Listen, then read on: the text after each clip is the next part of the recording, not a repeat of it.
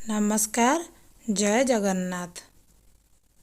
आज आपण बाली छतु भजा गोटे भिडटे नहीं आसी।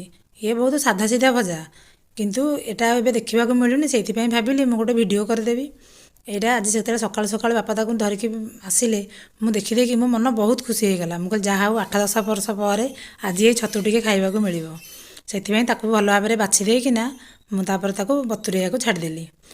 ताको बतुरले बाली सब तले रही छतु को धोई दे पारे आम एति छतु भाजीदे के हम से गोटे आलू गोटे पियाज मुझे सरू सरू काटिकिना भाजिकी ये भजा कले भजा बहुत भल लगी थाए।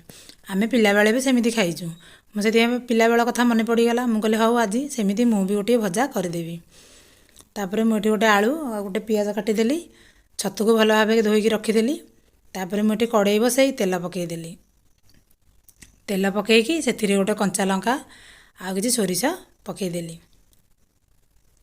सोरिष फुटिला पर से पियाज पकईदेवी। पियाज को टिके भल लाली है पर्यंत भाजवा।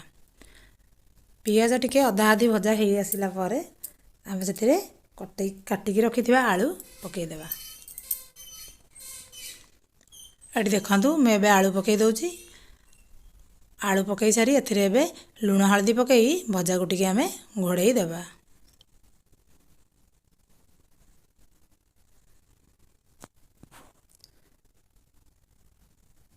जदि मो भिडियोटी आपको भल लगुए ताले मो भिडियो को टिके लाइक करदे, मो चैनल को टिके सब्सक्राइब करदे। मुझे घोड़े देजी। एबे आलू आमर अधा आधी सिझी जाइए। आलू अधा आधी सिझिला आम ए बाली छतु पकईदेवा। बाली छतु पकई पुणी आम घोड़े गोले पुणी आम घोड़े देवा। घोड़े देला जो आलू अधा अधी सिझी जाइए छतुर जो पानी बाहर से आलू सिझीज।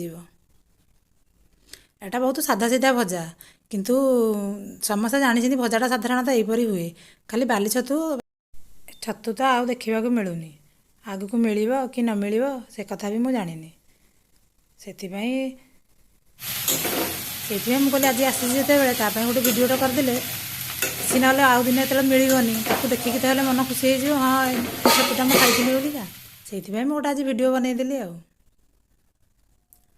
देखु मुझे भल भाव में भल कि भाजी नहीं भजाटा आम आसला। एबे आम यही गरम गरम भजा को पखाल भात सह कहले बहुत भल लगी थाए।